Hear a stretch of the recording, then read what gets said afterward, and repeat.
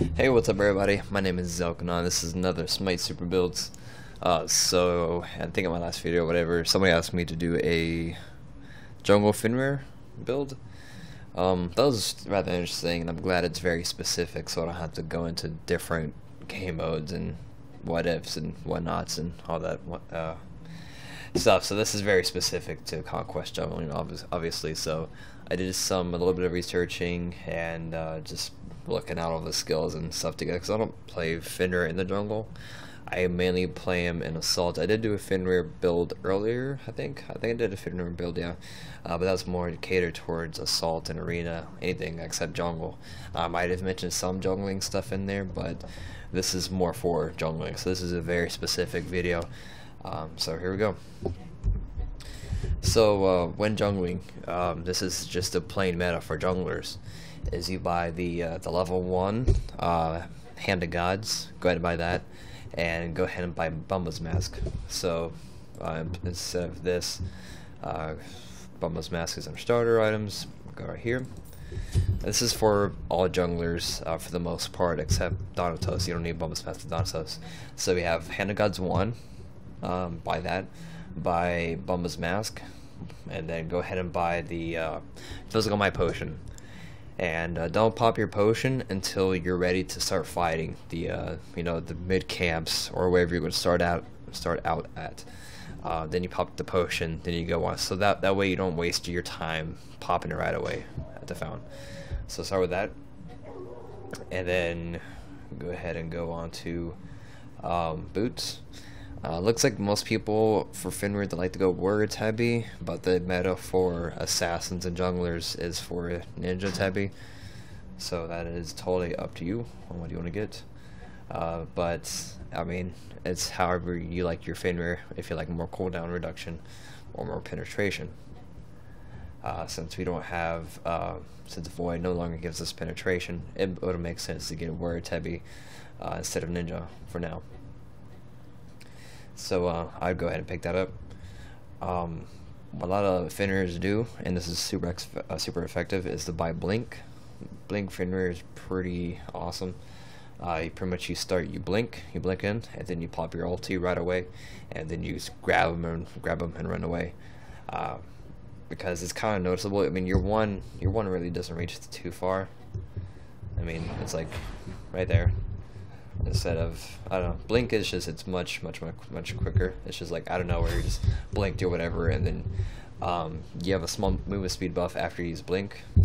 Instead of combat blink, you may want to get this for initiates. If you're fine with using your one, or just manually, using your ulti without blink, then you may want to get combat blink to get out of sticky situations. So it's up to you whether to buy blink. No whisper target found. So we start with boots. We get full boots. Pick up Jotunn's Wraths. Cooldown reduction is really good for assassins, so I'm definitely picking up some. Or Jotunn's Wrath. This gives you the a little bit more penetration, more power, and more mana, and of course the 25% CDR. So that way, since Fenrir kind of relies on his 3 for most of his damage, we all kind of know this. The Fenrir 3 is the scariest thing, right? So that's the wrong button. So we can see our cooldowns with just 25% CDR, 11.2 with our 1. 9.7 with our 2, 10.5 with our 3, and 67.5 with our ulti. So yeah, if you get ninja, it's going to be a little bit more, but it depends how much you're going to be initiating and ganking. So 25% may be enough for you for jungling as Fenrir. So we fought with a Void Shield. This is going to be pretty useful, because when you ulti or jump in a lane, you're going to get hit quite a few times, especially when you're ulti, because you're just wide open, you're vulnerable. So having Void Shield is going to give you a little bit more protection, and at the same time giving you power. The Aura is pretty useful with the passive. So whoever you attack, they already have lowered physical protection. That way, when you hop on them with your 3 is going to do more damage. If you start up a team fight, it affects all of them, and it helps out your team. So this is a really good item for Fenrir. Next we have Malice. You can change this up if you want. If you want a lifesteal item, the thing is, his 2 gives him lifesteal if you have all your runes filled. So that way you can kind of, with that you can get away with having no lifesteal, but it's really up to you on this item slot if you want times Bane for more power and penetration, or if you want lifesteal, I could recommend buying Bloodforge. It is a little pricey, but it's pretty effective with the Bloodforge, you know, power and lifesteal. So it's really up to you with this item.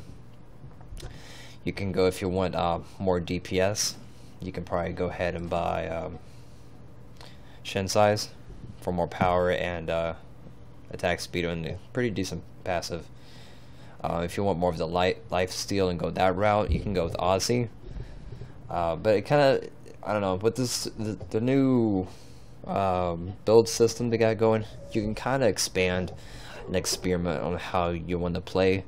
That is the benefit to what they've been doing with the item shop, I guess you can say, is that there's more variety of what you can do. So if you're not liking times Bane, you can easily switch it out with something else. So moving on, we have Rage. Since we are an assassin, we want to do some pretty good damage with the basic attack. So I'm going to pick up Rage. It's fairly cheap and really effective with the massive crit, more attack speed, and a really great passive. I prefer this over Malice. Malice, as you can see, is super expensive, and there's no attack speed. They remove attack speed from it, and the crit is not as high as Rage, and the passive, honestly, isn't that strong. I'm just going to tell you, it's not that good. So, once we have all these items, you can sell Bumba's Mask for your last item, or you can sell it a little before your last item, and definitely sell this for Deathbringer. There you go. So it's up to you on how when you want to buy Fist of Gods. I mean, at least when you blink in or you jump in with your wand, you can go ahead and stun them. You can stun anybody around you. I see here. So you can go ahead, jump in or blink in, whatever, stun them, and then cast your ulti, or stun them or hit 3. It's kind of up to you.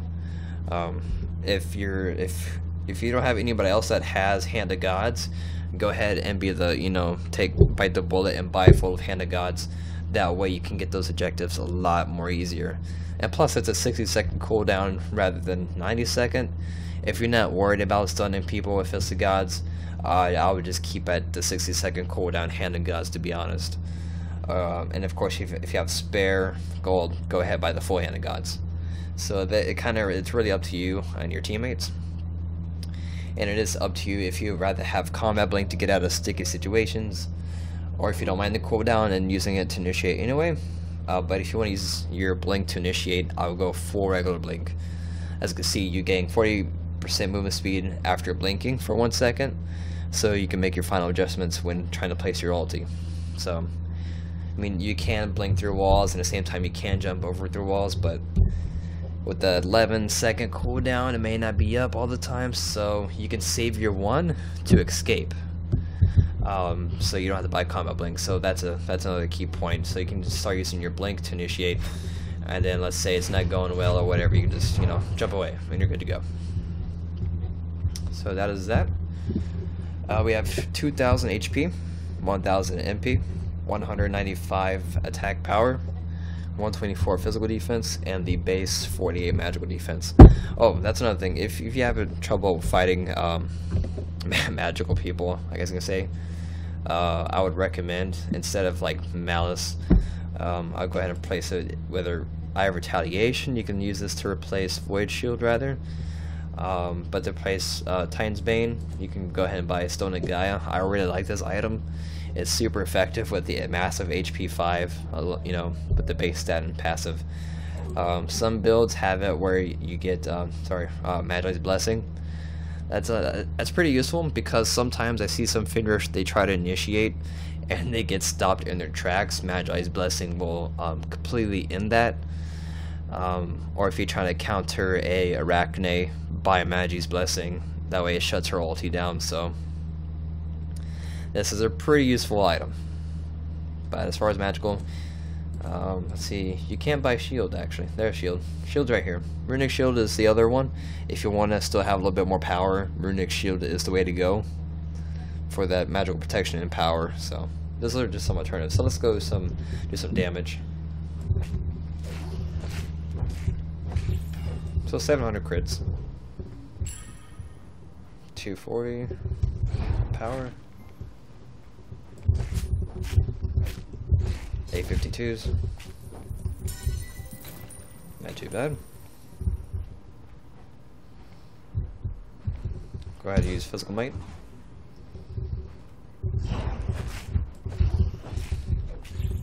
Nine 12s. Go ahead and use elixir.